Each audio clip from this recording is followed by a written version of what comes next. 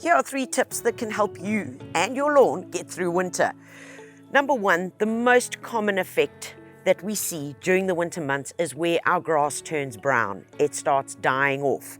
Now, it's not literally dying off, it's simply going to sleep.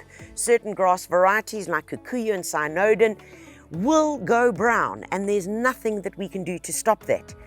However, what we can do is make sure that they are best prepared before going into the dormancy period.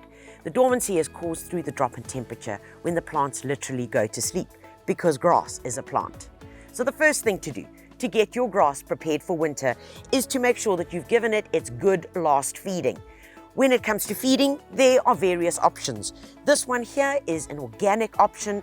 It's called bioorganic for lawns, and it's simply applied by using 50 to 100 grams per square meter applied over the lawn. This is a chemical option known as 713. It's 30 to 40 grams per square meter, and it must be watered in well.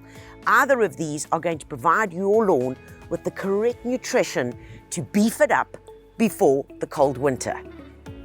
The reason for your last feeding just before winter is also to thicken up the lawn. If your lawn has been under any stress during the summer months, it's important to get it at its peak growing performance simply before the long sleep. So, by providing the right nutrition, we're thickening up the lawn, getting it strong and healthy, ready for the cold winter dormancy. When applying your fertilizer, it's always a good tip to start from one side, work your way across systematically, and alternately then turn around and zip back. It just makes it so much easier in terms of controlling the square meterage that you're applying to. Remember, with an organic fertilizer, you don't actually need to water, but it is a good tip to water because it just gets into the garden, into the lawn a bit quicker.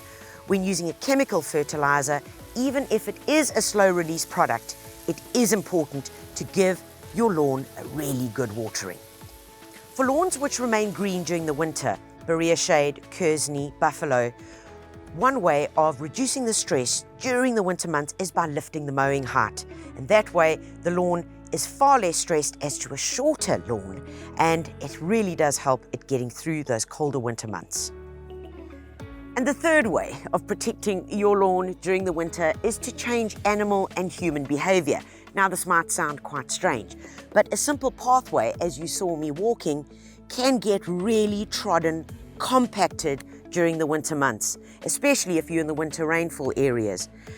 In the summer rainfall areas, it becomes dried out, the soil gets very compacted, and the roots actually die. It's when the roots die and you have no foliage, that's when things go wrong.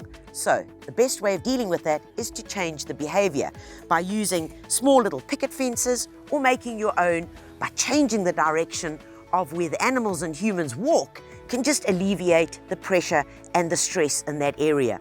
Once it recovers, flip it over and the path can continue and the lawn will be happy.